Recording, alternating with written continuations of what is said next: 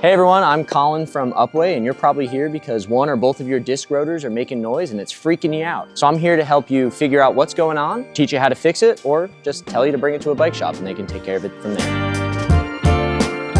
All right, step one, don't panic. 9 times out of 10, this is totally normal behavior, especially for new brake pads and new rotors. Everything's built around really tight tolerances, and sometimes the solution is just to continue riding this bike for about a week to 2 weeks, and then that noise is gonna disappear and you'll never think about it again. Step 2, diagnosis. I'm gonna show you 2 different ways that you can check the rotor on your bike to see how bad the bend is, and then we can move on from there. So one thing to check is you spin your wheel. And if your wheel slows down on its own, doesn't come to a dramatic stop, and then as it slows down, it actually starts to move backwards, which you can see right there, that means everything here is pretty true. So any small noises that you are hearing are very likely going to be dealt with just by riding the bike a little bit longer. If when you spin your wheel, it makes a lot of noise and actually comes to a pretty dramatic stop just like that, that means the bend in your rotor is quite bad, and it's something that we can take a tool to try and correct.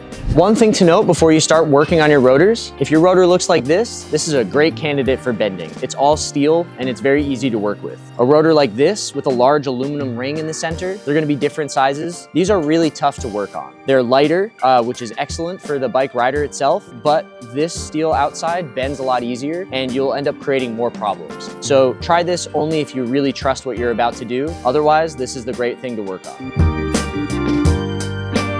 So if you do want to fix this yourself, grab an adjustable wrench. Hopefully you have one at home. And we're going to use this to try and bend the rotor straight, and hopefully we won't have to deal with any more noise or rubbing. Try not to touch the rotor with your fingers. That'll deposit oil on there and it'll make the whole system squeaky, and that'll create another issue, and I'll have to make another video. So while spinning this wheel, I can see that the rotor is actually bent outwards away from the frame. So I'm going to want to grab the rotor itself with this wrench at the point where it's the worst.